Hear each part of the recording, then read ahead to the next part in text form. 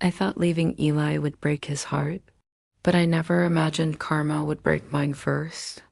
When I packed my bags and slammed the door, I thought I was in control. I thought I'd walk away, make him beg for me back, and prove how much he needed me.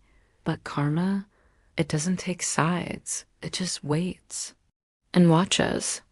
Because months later, when I finally got what I thought I wanted, life flipped the script on me. And trust me, nothing could have prepared me for what was coming. Eli and I have been together for 5 years. 5 years of laughter, late night drives, and plans we thought were bulletproof. He wasn't perfect, but he was loyal, calm, the kind of man who believed that love meant staying even when things got messy. But me, I was restless. I wanted excitement, validation. I started craving attention from everywhere except home. It wasn't that Eli didn't love me, it's that his love felt too easy, too safe. Then came Logan, charming, funny, and the opposite of Eli. The kind of man who made you feel like the center of the universe. Until the lights went out, Eli started noticing. The late replies, the cold hugs, the way I'd stare at my phone a little too long. He'd ask Tessa, "Are we okay?" And I'd snap back, "I just need space." I didn't realize it then, but the moment I said that was the moment I started losing everything that was real. It didn't happen overnight. One innocent text turned into late night calls. One coffee meetup became hotel rooms behind locked doors. Logan made me feel alive, or so I thought. He'd whisper things Eli never did. Compliments that felt like oxygen, promises that glittered like gold. Until they didn't. When Eli finally confronted me, his voice didn't rise. He just said, "If you're done pretending, go." "I won't stop you," I remember laughing. "You'll regret this," I told him as I walked out. But deep down, I think I already knew who really would, because the moment I left, Logan started changing. He wasn't the romantic man I thought he was. He was possessive, manipulative, and worse. He loved control more than he ever loved me. Still, I told myself this was what freedom looked like. I didn't realize it was just the beginning of my cage. 3 months later, the truth slapped me harder than any heartbreak ever could. I was at Logan's place, getting ready for a weekend trip, when his phone buzzed. A message flashed across the screen from another woman. "Can't wait to see you tonight, baby." My stomach dropped.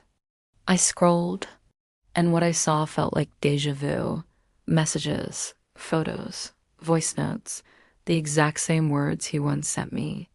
Every "you're different," he told me, was just part of his script.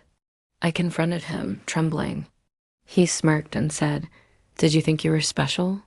You were just convenient."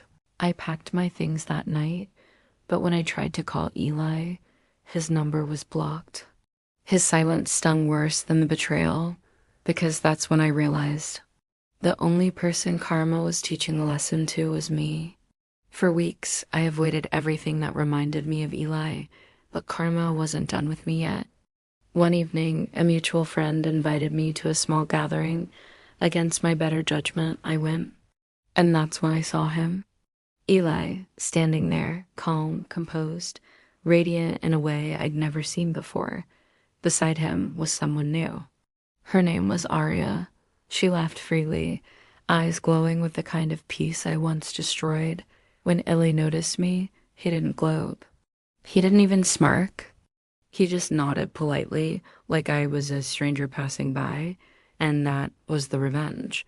No yelling, no revenge plot. Just indifference. Because the greatest revenge ice in making someone hurt like you did. It is showing them you've healed and moved on without them. I left that night silently, realizing the lesson was never his to learn. It was mine. It's been a year since that night. I've rebuilt my life from the ground up, alone, this time. No distractions, no shortcuts to happiness. I learned that love isn't about excitement or games. It's about peace. And sometimes the universe takes everything from you, just to show you what you took for granted. So if you think walking away to teach someone a lesson will bring you power, remember this. Karma doesn't work on demand, it works on truth. I lost the man who loved me unconditionally, but I found a woman who finally understood accountability, and that woman is me. You can't play with someone as hard and expect the universe to play fair with yours. If the story hit home, don't forget to like, share, and subscribe to SilkMirror, where real heartbreak meets real karma.